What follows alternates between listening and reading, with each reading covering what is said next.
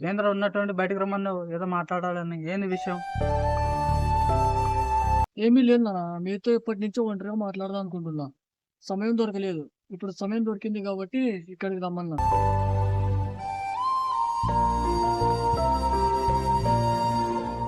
అదేం లేదు. మీ ఆరోగ్యం బాగుంది కదా? ఆ? సమయానికి తిని మందులు వేసుకుంటున్నారు కదా?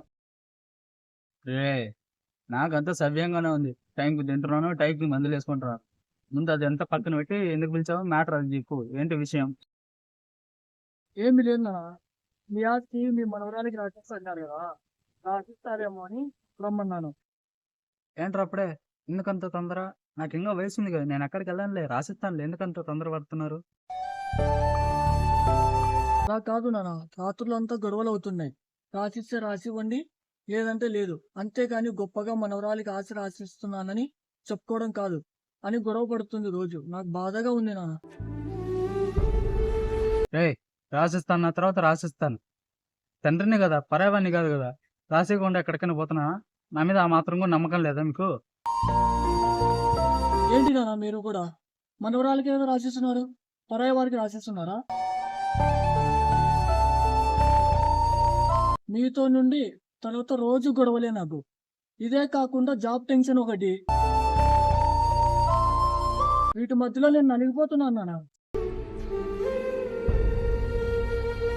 ఒకే మాట, రాసిస్తే రాసివ్వండి, లేదంటే లేదు. గొప్పలు చెప్పుకోవడం కాదు. రే రే రే ఏమైందిరా? ఏం మాట్లాడకుండా అలా చూస్తూనే ఉన్నావు? ఏమైంది చెప్పరా అలా ఉన్నావు? ఏమైంది? లేదు నాన్న, కాసేపు నన్ను ఒంటరిగా వదిలేండి. ఏమైందో చెప్పరా, చెప్పు. ఏం లేదు నాన్న, తనకే తినేద్దండి, నేను పోతున్నా.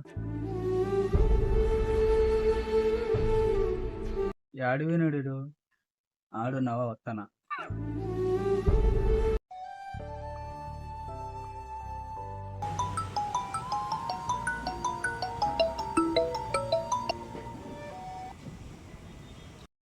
చెప్పురా, ఏం చెప్పమంటావురా?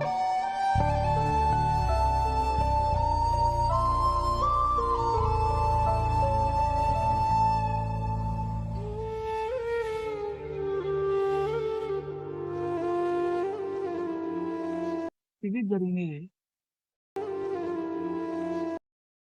నాకు ఒకటి అర్థం కాదు. ఈయనకేమో వయసు అయిపోయింది. డాక్టర్లు ఏమో ఈయన ఎక్కువ రోజులు ఉండరు అన్నారు. అదేదో రాసివచ్చు కదా. తనకేమో బుద్ధి లేదు. ఈయనైనా అర్థం చేసుకోడు. వీళ్ళిద్దరి మధ్యలో నేను పోయేలా ఉన్నా. సరేనా, నాన్న వస్తున్నాడు, మళ్ళీ రే నేను కూడా చాలాసేపు కూర్చొని ఆలోచించినా నువ్వు చెప్పిందే కరెక్ట్ అనిపిస్తుందిరా. నాకు కూడా ఎన్నాళ్ళని ఉంటాను నేను కూడా, నాకు కూడా ఆరోగ్యం బాలేదు కదా. సర్లే, పత్రాలు ఉంటే తీసుకుంటా, సంతకం పెడతా. తొందర తీసుకుంటా ఉంటే కానీ. నాకు తెలుసు నాన్న మీరు సంతకం పెడతారని. అందుకే ఎప్పటి నుంచో పత్రాలు దగ్గర పెట్టుకుని తిరుగుతున్నా.